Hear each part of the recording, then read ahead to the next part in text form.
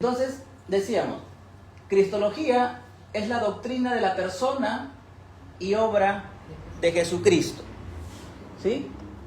Entonces es una rama de la teología sistemática donde vamos a hablar y vamos a abordar temas acerca de Cristo. ¿Qué temas vamos a hablar? Uno de los temas que esperamos poder tratar, al menos una parte el día de hoy, es las primeras herejías cristológicas. Es decir, cómo nace este asunto, ¿sí? Cómo nace este tema de la cristología, porque realmente no es que la iglesia, si bien es cierto la cristología está dentro de toda la Biblia, pero no es que se sistematizó así de la nada, sino que algo ocurrió, algo pasó a lo largo del tiempo.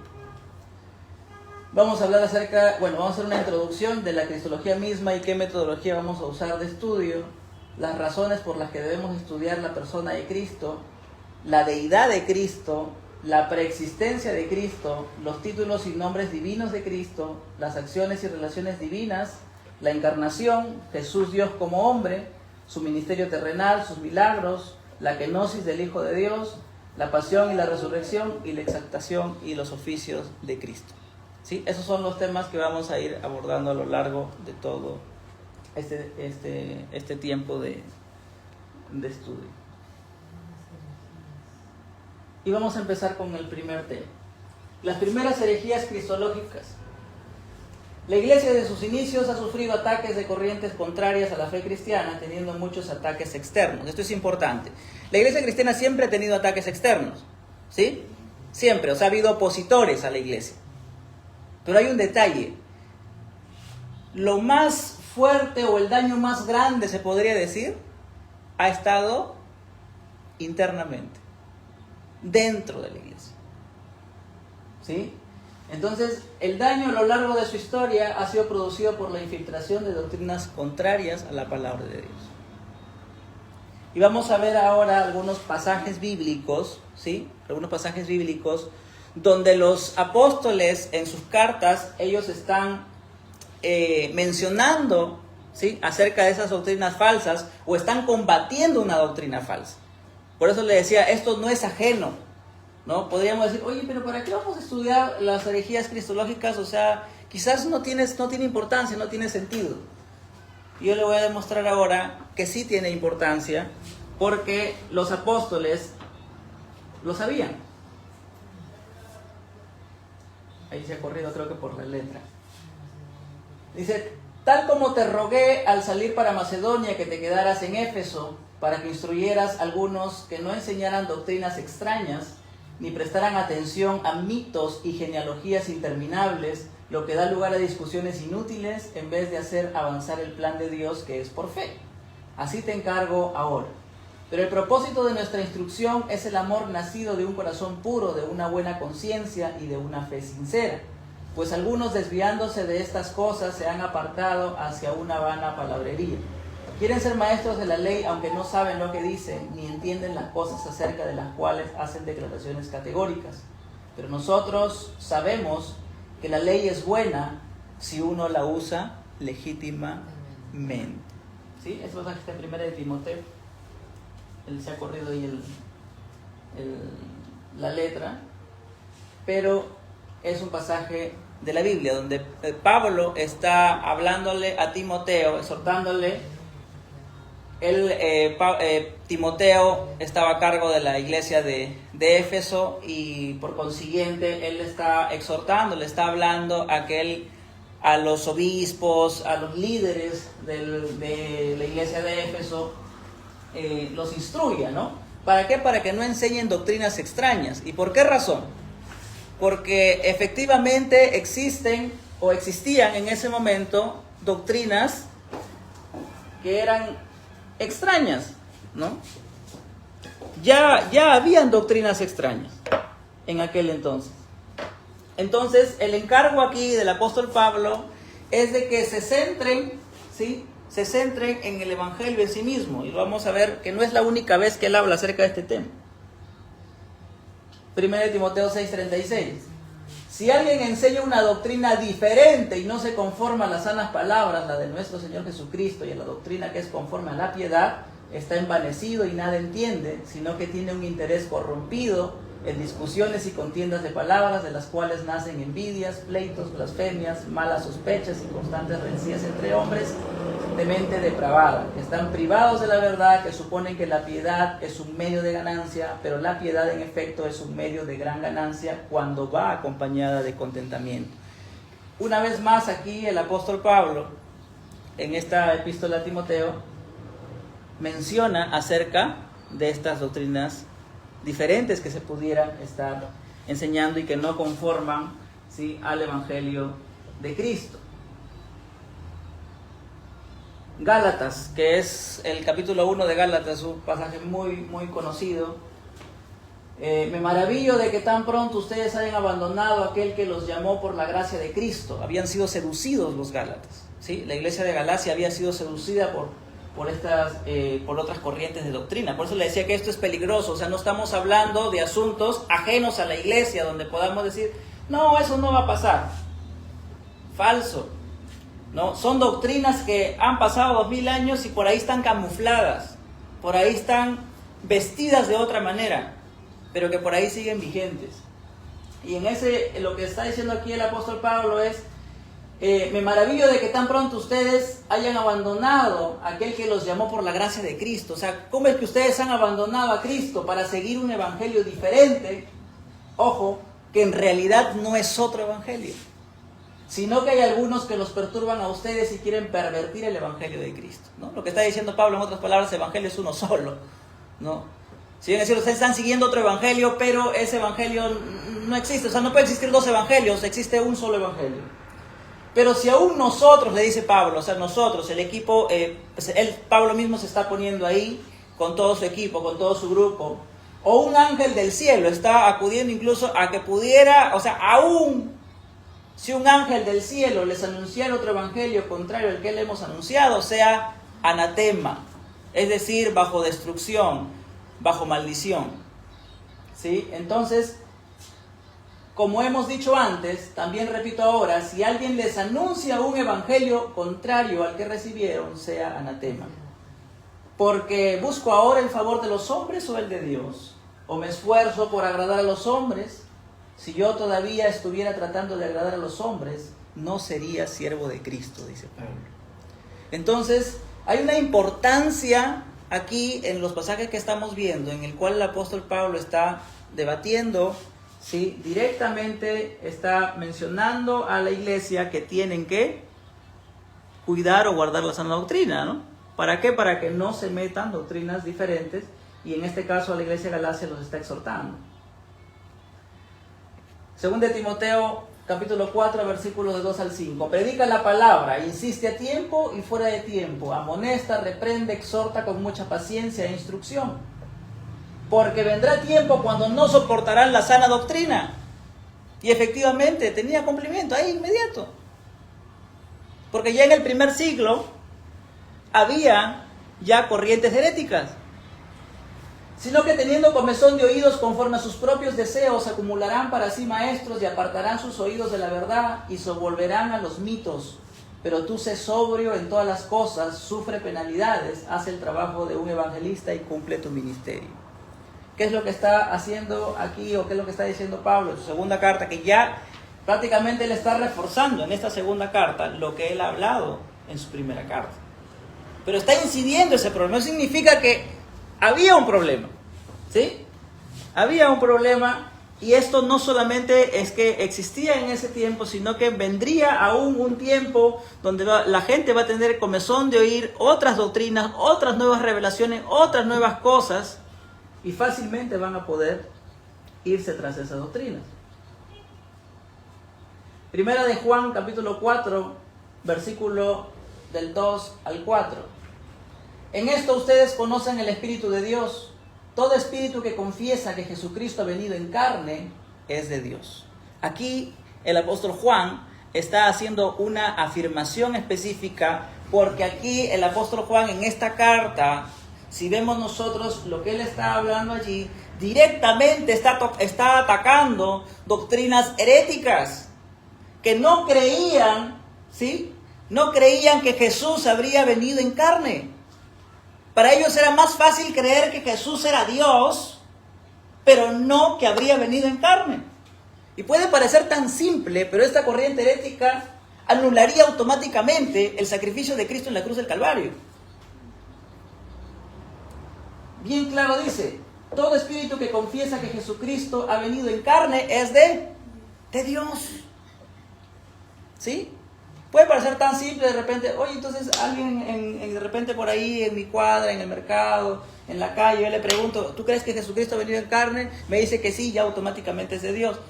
No, aquí el apóstol está abordando un asunto teológico muy relevante, muy importante, porque había una doctrina herética muy fuerte, hermanos, que incluso todavía permanece hasta el día de hoy, pero con otros nombres, con otras formas. Y todo espíritu que no confiesa a Jesús no es de Dios. Y este es el espíritu del anticristo. ¿Sí? Cuando habla del anticristo está refiriéndose, o sea, que está en contra de Cristo, del cual ustedes han oído que viene y que ahora ya está en el mundo. Hijos míos, ustedes son de Dios y han vencido a los falsos profetas, porque mayor es aquel que está en ustedes que el que está en el mundo. Entonces eso debemos recordarlo. ¿Sí? Entonces tenemos que vencer a esas falsas doctrinas. Ya hemos abordado las cartas y ahora vamos al Apocalipsis para tener una idea de esta iglesia, la iglesia de Éfeso, ¿sí? La iglesia de Éfeso, la cual dice, yo conozco tus obras, tu fatiga, tu perseverancia y que no puedes soportar a los malos. O sea, era una iglesia que no podía tolerar a los malos. Y ha sometido a prueba a los que se dicen ser apóstoles. Era una iglesia que probaba, ¿sí? Apóstoles. Y no lo son y los has hallado mentirosos. Ese aspecto es digno de imitar. ¿Sí? Tienes perseverancia y has sufrido por mi nombre y no has desmayado, pero tengo esto contra ti y has dejado tu primer amor. Es una exhortación para todos, ¿no? Recuerda por tanto dónde has caído y arrepiéntete y haz las obras que hiciste al principio. Si no, vendré a ti y quitaré tu candelabro de su lugar si no te arrepientes. Sin embargo, dice, tienes esto, que aborreces las obras de los nicolaitas, las cuales yo también aborrezco. ¿Sí? No vamos a ahondar en eso, pero según la historia entendemos que los nicolaitas provienen de Nicolás, que debió de haber sido un diácono elegido en la primera iglesia apostólica, ¿no? Que por su preponderancia, por su cargo, por su jerarquía, digamos, habría aprovechado para poder llevar a una corriente doctrinal similar a lo que dice menciona luego en el siguiente pasaje, que refiere al error o al pecado de Balaam, ¿no? Entonces estaría relacionado este asunto, pero tiene que ver con asuntos que van en contra del evangelio, eso está claro, ¿sí? Entonces, con esto nos vamos dando cuenta que efectivamente hay muchos pasajes que nos hablan acerca de eso.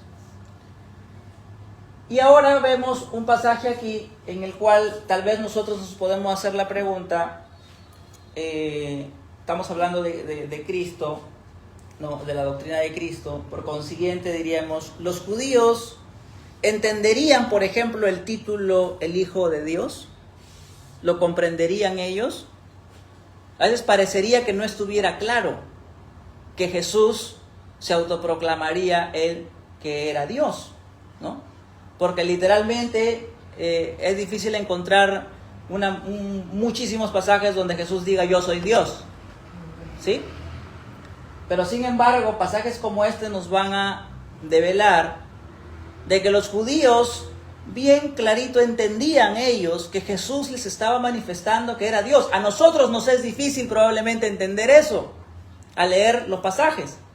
Quizás muchas veces has leído cuando estás en la escritura y dice el Hijo de Dios y de repente para ti es un poquito complicado quizás entender esa terminología. Pero para los judíos no, para los judíos era algo familiar, era algo muy sencillo. Y vamos a demostrarlo. Jesús le respondió, se lo he dicho a ustedes y no creen.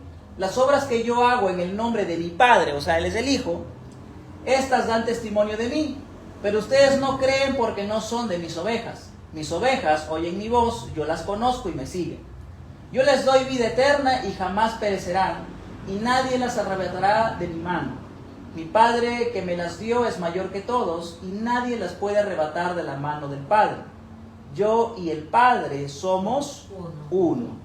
Los judíos volvieron a tomar piedras para tirárselas. Si los judíos no hubiesen entendido, ¿usted cree que le van a agarrar a piedrazos? ¿Por qué querían matarlo? Porque ellos lo habían entendido claramente. Y ellos decían, este se está haciendo igual a Dios, no puede ser. Eso es lo que estaba pasando. Ellos sí lo entendían. Pero le decía, quizás nosotros nos es un poquito más complejo poder entenderlo en nuestro contexto, pero en el contexto judío ellos comprendían claramente la terminología acerca del Cristo, porque para ellos era súper familiar esto. Y les era incomprensible este asunto. Por eso dice, entonces Jesús le dijo, les he mostrado muchas obras buenas que son del Padre, ¿por cuál de ellas me apedrean?, le dice Jesús. ¿Y cuál es la respuesta de ellos? Ahí está claramente. Los judíos le contestaron, no te apedreamos por ninguna obra buena, sino por blasfemia. ¿Cuál era la blasfemia? Porque tú siendo hombre te haces Dios. Ellos la tenían clara, pero no lo aceptaban. Pero tenían ellos claro dentro de su contexto. ¿Sí?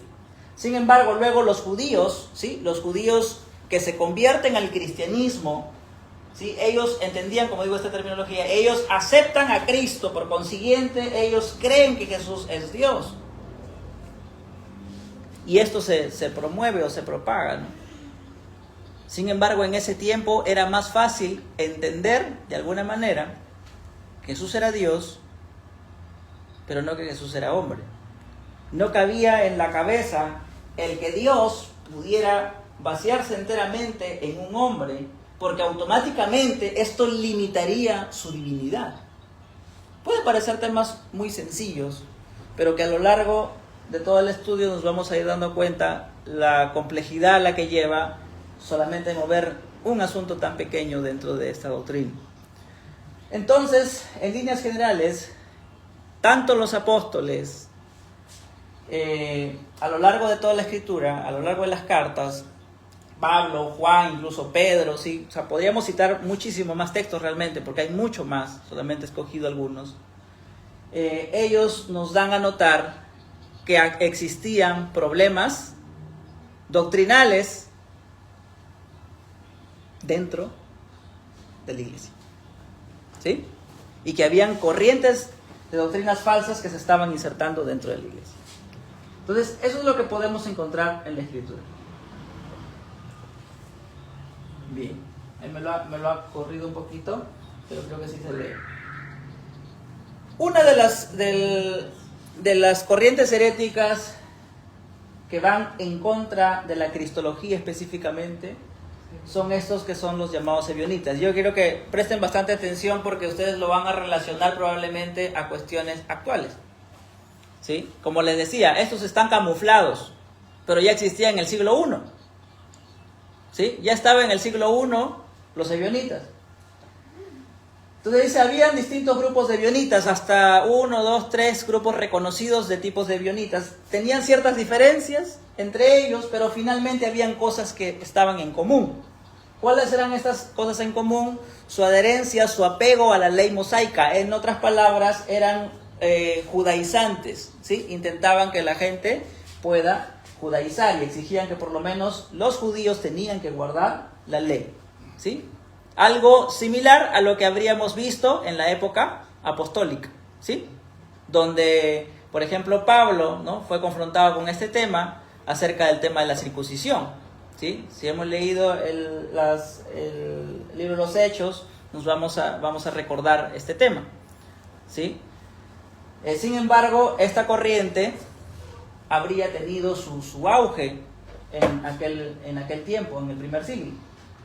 Y aunque veían con buenos ojos y los gentiles hacían lo mismo, dice, ¿no? O sea, judaizaban. También tenían la tendencia a interpretar la persona de Cristo como un mero hombre. Es decir, ellos interpretaban que Cristo era hijo de José y María, por consiguiente era meramente humano, ¿sí? Humano.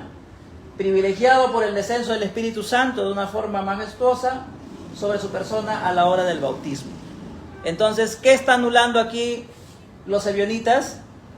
¿Qué habrían anulado ellos? Que es Dios, o sea, la deidad de Cristo estarían ellos anulándola, ¿sí? Ellos estarían anulando la deidad de Cristo.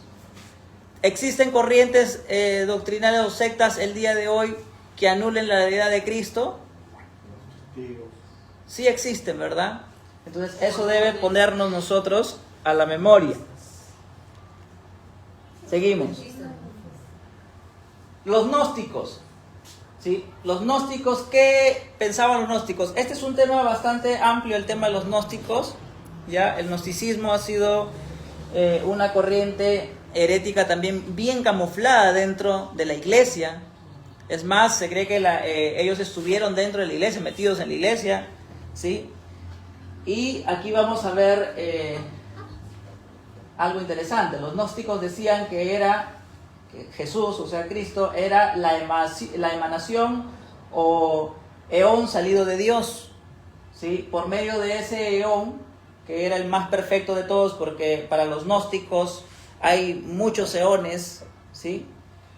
Se efectúa el regreso del mundo material sensible al mundo ideal que está más allá de los sentidos. Es decir, los gnósticos, dice, lograron introducirse en la iglesia cristiana porque aparentaban tener una alta estimación hacia Cristo, ¿sí? Y tienen diferentes variedades, ¿no? Es como una definición general, porque ahora vamos a ver cuál es la corriente gnóstica que trascendió, digamos, en aquel momento.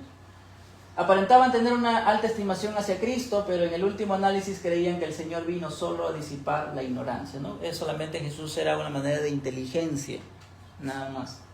Los maestros de esta secta ponían el énfasis, ¿puedes leerlo?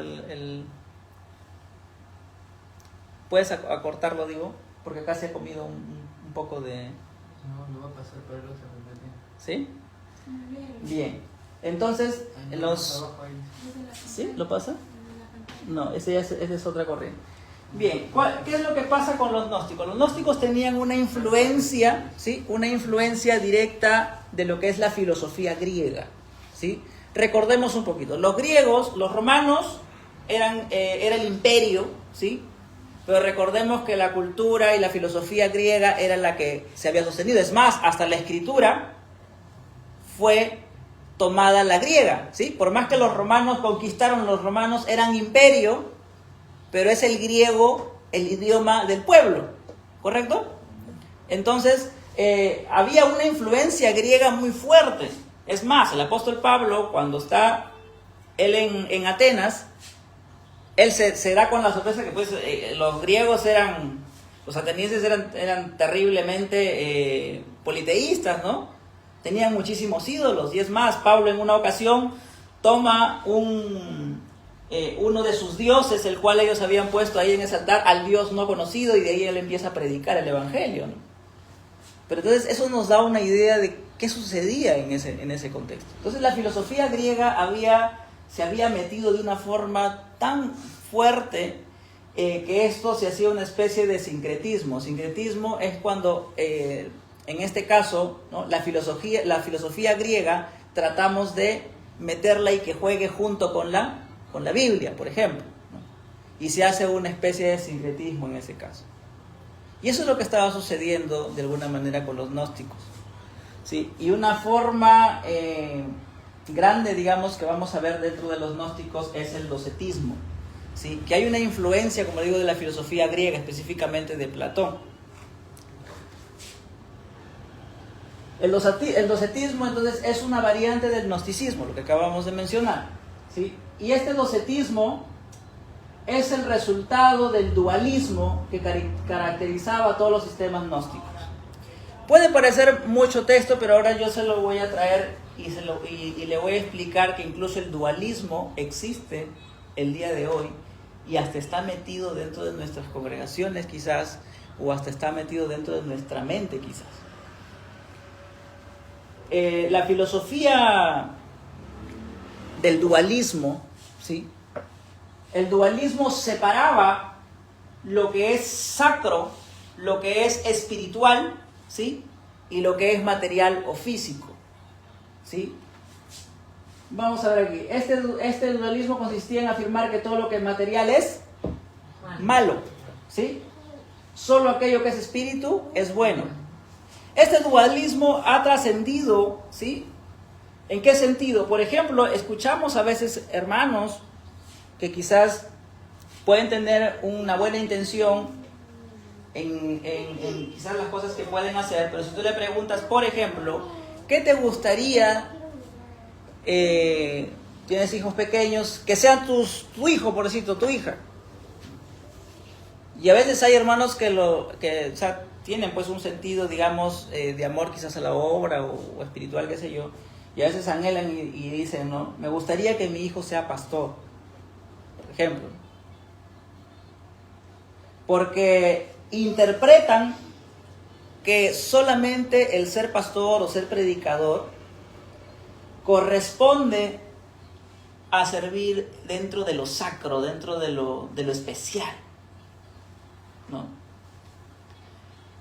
Incluso cuando van a la iglesia, en la iglesia tienes un comportamiento, en la iglesia tienes una vestimenta, en la iglesia tienes una forma de hablar, en la iglesia tienes, digamos, todo en la iglesia es totalmente distinto. ¿Por qué razón? Porque entiendes que la iglesia es lo sacro, ¿sí? Lo especial. No sé si me estoy dejando entender. Sí. Pero cuando estoy en mi casa es distinto. Cuando estoy en mi trabajo es distinto. Se transforma. Exacto. Entonces, en el trabajo, ¿por qué? Porque yo interpreto que, bueno, en el trabajo yo puedo estar ahí, ¿no? Pero en la iglesia no. Porque en la iglesia está lo santo, está lo sacro. Y dividimos lo sacro con lo secular, como se le llama. ¿Han escuchado eso? Creo que en algún momento sí. Y entendemos que, por ejemplo, nuestro trabajo es secular. Y ahí aparece el secularismo. Y entendemos que lo sacro es, por ejemplo, cantar en la iglesia, predicar en la iglesia, enseñar en la iglesia. Todas las actividades que refieren a específicamente la enseñanza o la predicación del evangelio tienen que ver con lo sacro. Pero todo lo que hacemos nosotros en nuestra vida cotidiana, si tú eres médico, estás en el hospital, entendemos que eso es algo secular. No, si estoy en el mercado vendiendo, eso es algo secular. Cualquier actividad que yo pudiera estar haciendo es secular. Me voy a una reunión de amigos, entiendo que es secular. Estoy en mi casa lavando ropa, entiendo que es secular. ¿Sí? Es la forma de dualismo que existe hoy en día. Interpretamos que solamente lo sacro, ¿sí?, es lo que corresponde a los asuntos de la iglesia. Y es como que nos transformamos o nos convertimos cuando entramos a la iglesia o cuando hacemos cosas de carácter que tengan que ver con el Señor. ¿Por qué? Porque, bueno, en la iglesia oramos, en la iglesia predicamos, en la iglesia servimos, etcétera, etcétera. Esto está bien, ¿no? Eso no está mal. El punto está en la interpretación que tenemos de hacer un dualismo. Porque interpretamos que solamente lo sacro es lo que refiere al Señor. Como que solamente un pastor, por ejemplo, estaría sirviendo a Dios, pero un médico no. Estaríamos entendiendo que solo un predicador está sirviendo a Dios, pero un ingeniero no. Porque no lo tomamos con la misma relevancia. Y si yo soy de repente cobrador o tengo un negocio, qué sé yo, yo puedo hacer y deshacer, digamos, con mi negocio porque esto no implica al asunto de la iglesia. Pero sé que si es que en caso yo tengo que hacer algo dentro de la iglesia, bueno, acá sí hay que hacerlo ordenadamente, ¿no? ¿Por qué? Porque es algo sacro. Estamos totalmente equivocados. Tiene que ser igual. ¿Por qué razón? El dualismo se ha metido dentro del cristianismo de una forma terrible. Y esto lo pongo como ejemplo porque esto existe en la actualidad. En la forma que les estoy explicando, por ejemplo.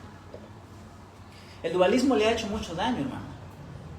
El dualismo nos permite nosotros vivir una vida diferente. Es lo que nos ha restado a lo largo de la historia, por ejemplo, de la iglesia. Aún como nación. ¿Por qué razón?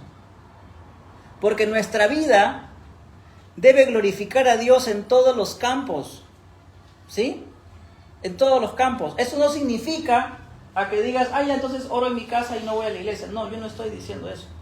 Lo que estoy diciendo es de que lo que tú eres en tu casa, debes de serlo en la iglesia, debes de serlo en tu trabajo y debes de serlo en todas partes. Y que lo que tú haces cuando estás laborando, tú estás sirviendo a Dios tal cual como que estás en la iglesia. No existe un dualismo. No hay algo más sacro. El hecho que yo esté, digamos, si estoy taxiando, o sea, no es más sacro el que predica que el que está taxiando, para que se entienda. No es más sacro el que está barriendo que el que está predicando. No es más sacro el ser pastor que el ser médico. No. Todos tenemos una vocación y con nuestra vocación servimos a Cristo en todas las formas y en el mismo esplendor.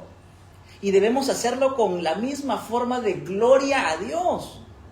Y esa es la razón por la cual muchos no crecen dentro de su vida cristiana, porque entienden que lo espiritual está apartado de lo que es material, lo que es físico, de lo que es secular. Es una triste realidad, pero eso es lo que sucede en muchos casos. Pero no es así, sino nuestra vida en general debe darle la gloria a Dios. Y el ejemplo más grande lo tenemos en 1 Corintios 10:31, que dice, sea que comáis o sea que bebáis, hacedlo todo para la gloria de Dios. Sea que comáis, sea que bebáis o cualquier otra cosa que hagas, hacedlo todo para la gloria de Dios. ¿Qué significa eso? Significa que aún hasta en el acto tan simple de comer o beber, yo tengo que darle la gloria a Dios. Hermano, entonces cuando lavo los platos, ¿es algo secular? Cuando estoy en la calle, ¿es algo secular? Cuando estoy vendiendo algo, ¿es algo secular? No, yo estoy glorificando a Dios las 24 horas del día, o al menos debería ser eso. Pero se ha secularizado y lastimosamente eso se ha metido dentro de la iglesia, por eso que a veces incluso dentro del lenguaje de la iglesia, como secular, ¿sí? Que es algo que está separado de lo sacro. Pero realmente eso no es así. Eso es como un ejemplo del tema del dualismo, ¿no? Que ha surgido y que proviene esto desde tiempos remotos. Estamos hablando desde el tiempo de Platón, imagínense, ¿no? Donde se interpretaba en esa manera, ¿no? Hay mucho más que hablar del dualismo, pero vamos a ver ahora referente a Cristo. La conclusión, dice, a la que arribaban los docetas, ¿qué era? Era que si Cristo era bueno, ¿sí? Lo que ellos afirmaban, entonces no podía tener un cuerpo material real. Es decir, ellos dicen, solamente lo que es espiritual es bueno. Por eso le decía, ¿acaso no ese es el pensamiento? Si mi hijo es pastor, ¡oh, gloria a Dios! Porque eso es algo bueno. Al Señor le agrada. Uy, qué bueno, hermana, que tu hijo es pastor, el Señor lo ha llamado. Bueno, el mío es mecánico nomás. O sea, a veces ese es nuestro pensamiento. Estamos haciendo dualismo, estamos haciendo filosofía. Lastimosamente, ese es a veces el pensamiento que se tiene. ¿Por qué? Por falta de conocimiento y de meternos en la Escritura.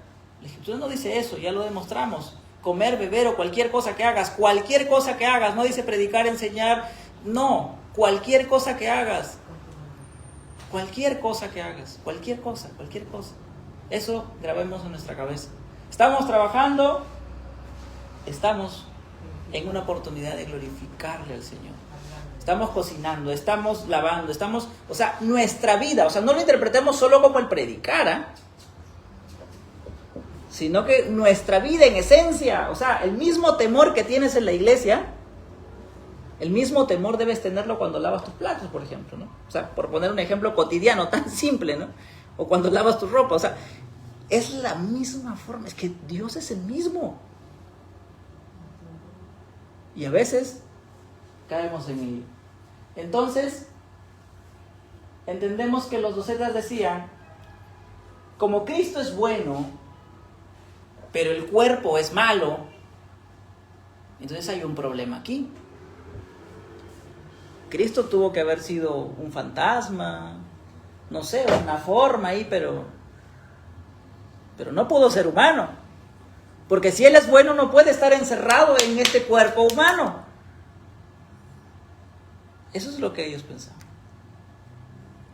Y entonces tenían de alguna manera la deidad, pero ellos negaban la humanidad de Cristo. Entonces el gnosticismo y esta variante negaban la doctrina de la encarnación de Cristo, ¿no? O sea, por consiguiente, y esto es una doctrina herética terrible. ¿Por qué razón? Porque al negar esta encarnación de Cristo, estamos anulando el sacrificio de Cristo. O sea, si no hay encarnación, no hay sacrificio. Si no hay sacrificio, no hay salvación, no hay redención, no hay justificación, no hay nada. Entonces, fue terrible esto. En ese sentido, rechazaban la doctrina de la verdadera humanidad del Señor, debido a que Cristo era considerado como una emanación de Dios, y el docetismo reducía la deidad de Cristo y en realidad destruía la personalidad histórica de Jesús, porque ellos no le concedían un cuerpo real, sino que para ellos era un muñeco, un fantasma o algo así, ¿no? Donde solamente, no concebían, ¿no?, que algo tan bueno puede estar en un cuerpo malo, porque lo material era malo para él. ¿Sí? Y eso podríamos abordarlo en diferentes contextos, pero creo que como idea, al tenerlo esto como idea, lo vamos a relacionar a diferentes aspectos de nuestra vida, donde vamos a ver e incluso hasta podemos identificar cuando el dualismo o el docetismo se está infiltrando dentro de nuestra vida o de nuestra iglesia o de nuestro contexto mismo. Porque esto está vigente, está camuflado nada más. Entonces, el Redentor no era ni hombre real ni Dios absoluto, ¿sí? Según ellos. Ni murió en la cruz ni resucitó entre los muertos, y también negaban obviamente una segunda venida corporal, ¿no? Porque si no creen de que Él ha muerto corporalmente y ha resucitado corporalmente, mucho menos van a creer que iba a venir también corporalmente. Entonces, estos conceptos paganos de cristología, ¿sí?, estos conceptos paganos de cristología se infiltraron en la iglesia cristiana a principios del siglo II.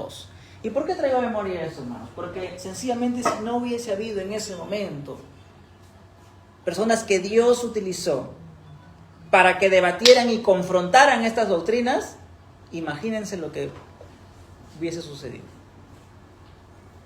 Porque estas corrientes, o sea, cuando hay este tipo de doctrinas falsas, corren rápido, hermanos, ¿o no?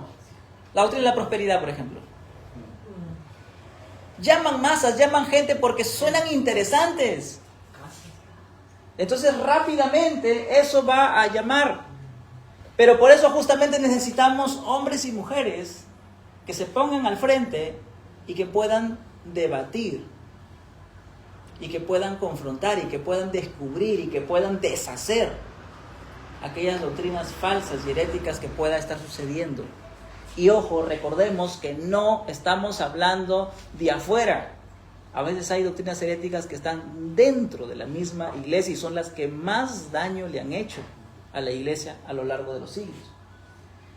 Entonces, en ese tiempo, solamente la apologética y la exposición bíblica de hombres como Ireneo, Justino Mártir, Tertuliano, Hipólito y otros lograron ahuyentar el peligro que se cernía sobre la iglesia en aquella temprana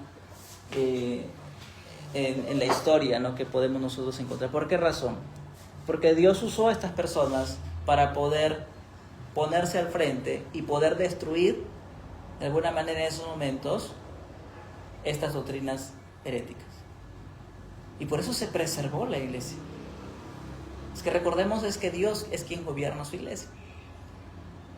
Y Dios va a levantar hombres, mujeres que puedan ponerse al frente para poder contender por la verdad, aunque suene a veces crudo, complicado. Pero no, o sea, aquí tenían que ellos ponerse a la valla. ¿Qué hubiese sucedido si ellos se quedaban callados? ¿No? Bueno, tiene su gente, ¿no? Si hubiesen estado de una forma pasiva, el cristianismo no se hubiese preservado, hermano. Pero sabemos que por la gracia de Dios el cristianismo se tenía que preservar, y se ha preservado. Y tenemos la Escritura. Siempre la Escritura es la que ha estado ahí presente. Entonces ellos lograron ahuyentar ese peligro. El trabajo realizado por los líderes de la iglesia, particularmente en aquel tiempo, fue crucial, porque si este docetismo hubiese avanzado, se hubiese hecho terrible en aquel momento. Y ya que sentaron las bases para las discusiones posteriores. ¿Por qué? Porque en este tiempo se estaba debatiendo, ¿no? O estaba en proceso el canon del Nuevo Testamento, ¿sí? Entonces, obviamente ya ahí se estaban sentando las bases de lo que hoy nosotros tenemos.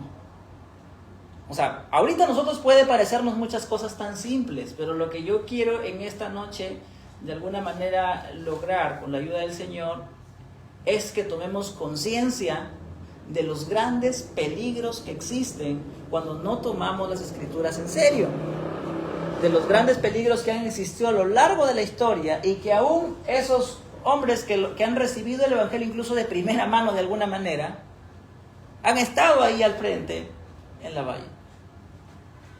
Porque siempre aquella persona que saca los textos fuera de contexto, siempre va a resultar haciendo problemas.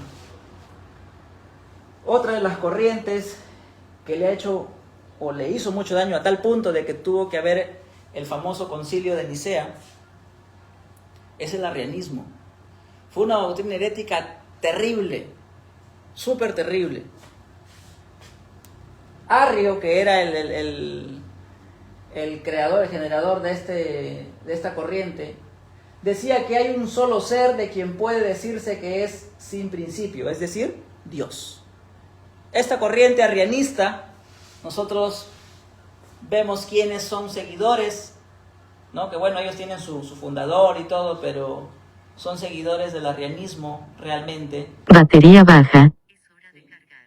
Y ese arrianismo histórico son aquellos hombres que vemos que tocan las puertas y aparecen con sus maletincitos, ¿no? Que son súper conocidos dentro de todo el mundo, ¿no?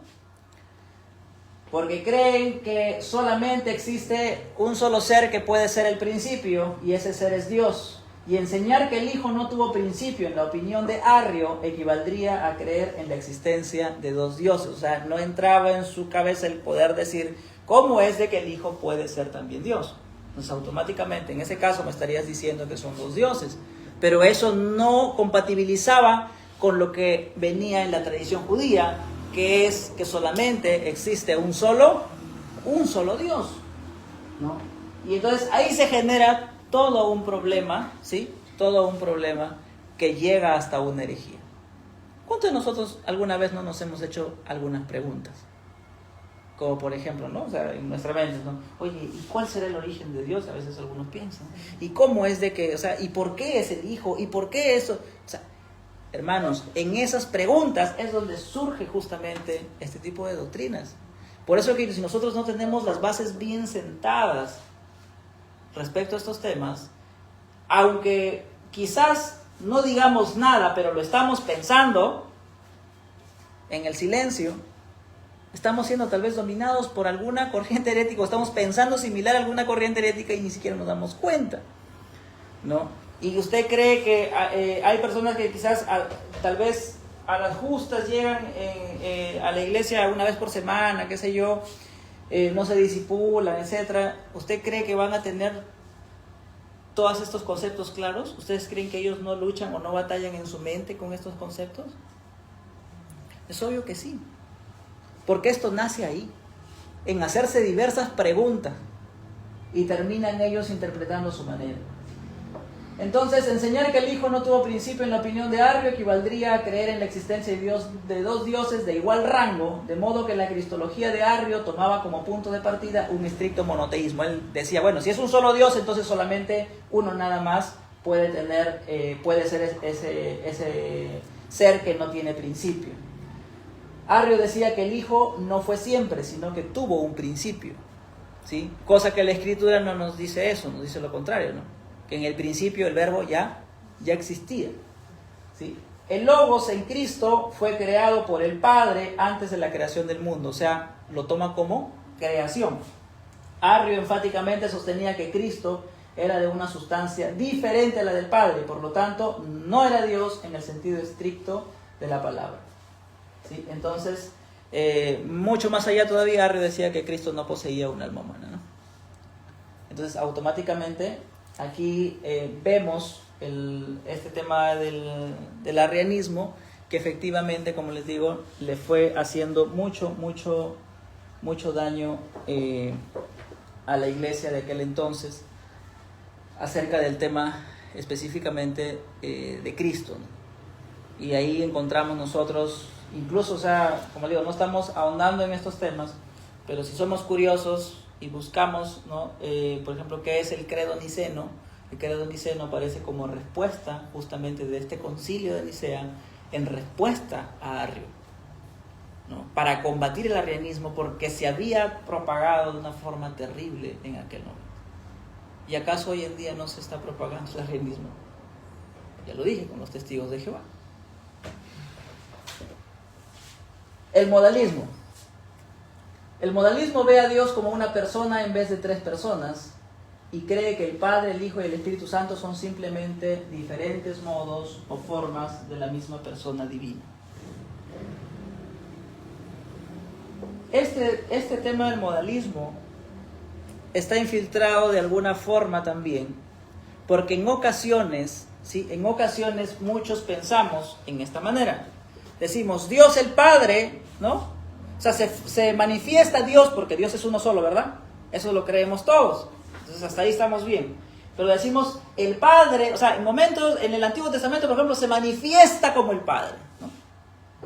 Luego en los Evangelios se manifiesta como el Hijo. Y luego en el libro de los Hechos se manifiesta como el Espíritu Santo. Y entendemos como que es uno solo, ¿sí? Pero tiene diferentes modos, formas o manifestaciones. Soy honesto, esto yo he creído por muchos años en algún momento. Es más, me fue enseñado en una institución bíblica, ¿no? En esa forma. Pero es contrario a la Escritura. Y por eso cuando no tenemos asuntos como estos bien claros, fácilmente podemos caer en herejías. Según el modalismo, Dios puede cambiar entre las tres diferentes manifestaciones. El modalismo mantiene la idea de la doctrina del patripacianismo, que es decir, la enseñanza que es, como es uno solo, entonces el Padre también sufrió en la cruz. O sea, a ese extremo se puede llegar. O sea, podemos verlo como absurdo, pero al creer yo que el mismo ser se puede manifestar en tres modos, tú puedes pensarlo solamente hasta ahí. Pero alguien que empieza a estudiar eso se va más allá, porque dice, bueno, entonces el Espíritu Santo también murió en la cruz y el Padre también, porque es uno solo. Y entonces empieza ahí a suceder un problema. Esto no es, como digo, puede parecernos sencillo porque tenemos un conocimiento preconcebido, ¿sí?, de estos asuntos. Pero créame, no es tan sencillo, ¿sí? Y mucho más para aquel que desconoce, ¿sí? Muchos temas. Nosotros, bueno, decimos Jesús es Dios y ya, ¿no? Lo creemos y por fe lo hemos adquirido. Genial. Pero créanme que no todos lo tienen de esa forma tan clara. Entonces, este modalismo, obviamente, también ha estado a lo largo de la historia y podríamos tal vez de alguna manera compararlo o verlo, como digo, porque aún dentro de la iglesia a veces pensamos eso, ¿no? Dios Padre es el juez, el justo, el creador, ¿no? El que está ahí en el Antiguo Testamento y solamente Él se manifiesta. El Antiguo Testamento no manifiesta el Espíritu ni Cristo, sino es en forma del Padre, ¿no? Y en los Evangelios vemos obviamente a Jesús y luego vemos al Espíritu Santo. Entonces podemos llegar también a ser modalistas quizás si pensamos en esa forma. Bueno, aquí hay un cuadro con diferentes doctrinas. Bueno, yo solamente he tomado algunas, ¿no? Tampoco he ahondado, como les decía, pero o sea, lo que quiero llegar no es a que aprendamos todas las doctrinas heréticas que han existido a lo largo de la historia, sino la finalidad es que podamos hacer conciencia, ¿sí? En esta primera lección es que podamos hacer conciencia de cuán importante es tener claro la doctrina bíblica de Cristo, ¿sí? Porque existen muchos peligros en cuanto a doctrina herética que hay a través de la historia, ¿no? Y estos puntos son claves, ¿no? Tanto la humanidad como el tema de la deidad. Entonces, algunos afirman la humanidad, pero niegan la deidad, ¿no? Y otros al revés, ¿no? Niegan la humanidad y afirman la deidad. ¿Sí? Entonces, referente a Cristo, ¿no? Esas son, digamos, las principales herejías acerca de la persona de Cristo. Bien, como les decía, hay muchas más, ahí como lo pueden ver en este cuadro. O sea, podemos llegar a pensar quizás en un momento de esa manera. Pero no, hermanos. Amados, dice en plural. ¿Sí? La necesidad de escribir exhortándolos a luchar ardientemente por la fe. Y eso es lo que quiero animarles en esta noche, a que luchemos ardientemente por la fe. El punto de aprender más de doctrina no es para llenarnos de conocimiento, ¿sí? No es para ser más sabios o más inteligentes, no. Sino es para luchar ardientemente por la fe. No dejarnos timar, no dejarnos engañar. Y luchar ardientemente por la fe. Porque hay mucha gente, como digo, que tiene pensamientos respecto a Cristo y quizás no lo dice, pero no lo tienen claro. Por ejemplo, mucha gente, ¿usted cree que en toda la congregación tienen claro el antropomorfismo de Dios? Es decir, que Dios nos oye, pero no es que Dios tiene un oído físico como el mío y me escucha. En algún momento escuché a un predicador que dijo, y Dios con su oído, que su oído es grande, dicen, y nos oye. Y es que no tiene idea de lo que está diciendo, porque Dios es espíritu. Y no es de que Dios, escucha a todos porque tiene un oído súper grande, más grande que toda la tierra. O sea, no es así. No es de que Dios tiene sentimientos, como dice en Génesis capítulo 6, y Dios se arrepintió, dice, ¿no? Dios se arrepintió de haber creado a la humanidad. Y Dios le dolió en su corazón. Entonces Dios tiene corazón. Llegamos a pensar y en ese sentido a poner a Dios. Reconocemos que la segunda persona de la Trinidad es Jesús, totalmente humano, totalmente Dios, ¿sí? Pero recordemos que cuando hablamos de Dios, estamos hablando de la Trinidad, ¿sí? Entonces, cuando habla de le dolió en su corazón, por ejemplo, también ahí hay otro carácter, donde Dios utiliza características humanas para que usted y yo lo podamos entender. ¿Usted se imagina que Dios nos explique eso, pero en su idioma o en su forma o en su lenguaje? No entenderíamos el lenguaje divino de ninguna manera, por eso Dios nos habla en un lenguaje humano. Y por eso utiliza una forma humana, cuando dice mis ojos te ven, ¿no? Que Él nos escucha, Él nos oye, ¿no? Su mano nos sostiene, ¿no? Son formas nada más, ¿no? Por eso se llama antropomorfismo.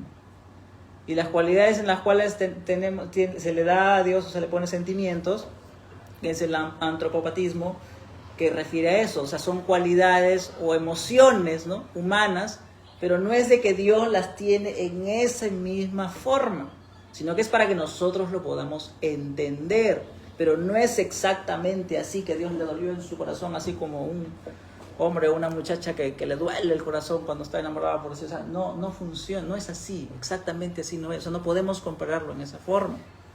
Entonces, cuando no tenemos, digamos, eso, llegamos a pensarlo así, dice, y sus plumas, porque bajo sus alas estaré seguro. Entonces, y toman una forma, ¿no?, aparentemente de Dios, sumado a las figuras o al iconismo que podamos haber visto, peor todavía, ¿no? Nos hacemos formas y podemos llegar a caer en otras cosas. Entonces, vamos terminando y quiero de alguna manera terminar con este reto, ¿no? La pregunta es, ¿qué generación estamos nosotros dejando? ¿No? Hagámonos esa pregunta. Estamos hablando de contender, de luchar por la fe. ¿Por qué razón? Porque imagínense si nosotros no nos preocupamos, ¿qué generación estaríamos dejando? La generación que nos ha dejado Tertuliano, que nos ha dejado Agustín, que nos han dejado muchos hombres de fe del primer siglo, del segundo siglo, del tercer siglo, ¿sí? Esa herencia que nos han dejado, contendiendo por la fe para que la fe se mantenga ahí. La reforma misma con Lutero y todos los reformadores. Todo ello que se ha ido hasta el día de hoy, se preserva esa fe de alguna manera, en la cual nosotros estamos ahí. Y la pregunta es, ¿qué generación estamos dejando nosotros? ¿Estamos preparando a las iglesias, a nuestros hermanos, a nuestros jóvenes, a nuestros hijos, a nuestras esposas, maridos, para enfrentarse con las herejías que vienen? ¿No cree usted que eso ya cesó y solamente fue en el primer y segundo siglo? No. Las herejías no han muerto, están reproduciéndose y están camufladas. Y debemos enfrentarlas para que la belleza del Evangelio siga transformando vidas y muestre al único Dios verdadero. ¿En quién creemos? ¿Quién somos? Tenemos que tener cosas bien claras, porque a veces en preguntas como esas llegamos a hacer interpretaciones erróneas. Velemos y oremos por la iglesia, porque finalmente es lo que debemos de hacer, ¿no? Con esto concluyo, ¿no? Animándoles a que quizás puede parecer como que mucha letra, como que mucho texto, como que mucho... Pero créame, no, es necesario saber nuestra realidad, ¿no? Saber nuestra historia para no caer en lo mismo, ¿sí? O sea, es importante conocer nuestra historia para que la amemos más. O sea, si usted se pone en este momento a pensar y dice, wow, o sea, Policarpo, Ireneo, ellos tuvieron que estar con los ojos atentos, con los oídos atentos. ¿Por qué razón? Porque las doctrinas heréticas estaban por ahí y no se quedaron callados, tuvieron que confrontarlas. Entonces, ¿qué es lo que está pasando o qué es lo que pasó? Pues a lo largo del tiempo ha surgido eso, ¿no? La semana pasada mencionamos a uno que no lo he puesto aquí, a Marción. Y decimos los marcionistas, ¿qué es lo que hacían los marcionistas? Para ellos, literalmente esto pasó con Marción. Marción vio la Biblia y dijo, no, el Antiguo Testamento no me gusta, porque hay mucha muerte, hay mucha matanza, y Marción arrancó todo el Antiguo Testamento, se quedó sin Antiguo Testamento. En el Nuevo Testamento, no, tampoco me gusta, me voy a quedar solamente con Lucas, y él hizo su propia Biblia, sacó todo lo que no le agradaba, y se quedó solamente con el Dios bueno, con el Dios de amor, y sacó todo lo demás. Fue excomulgado incluso por su propio padre, Marción. Y luego se convirtió y se fue a la iglesia de Roma. Llevó una tremenda ofrenda. Me impactó bastante eso en el caso de Marción, porque llevó una ofrenda de 200,000 sestercios, que es un dineral. Pero cuando fue expulsado de la iglesia, se fue Marción y se fue con todo y ofrenda. ¿Cuántas iglesias hoy en día hacen eso? Encuentran un hereje, encuentran a alguien que no está dentro de la fe, y lo sacan con todo y ofrenda. No porque ofrenda más, lo vamos a tener ahí calladito. No porque ofrenda más, así diga lo que diga, bueno, pues hay que escucharlo porque ofrenda, pues no, porque es historia en la iglesia.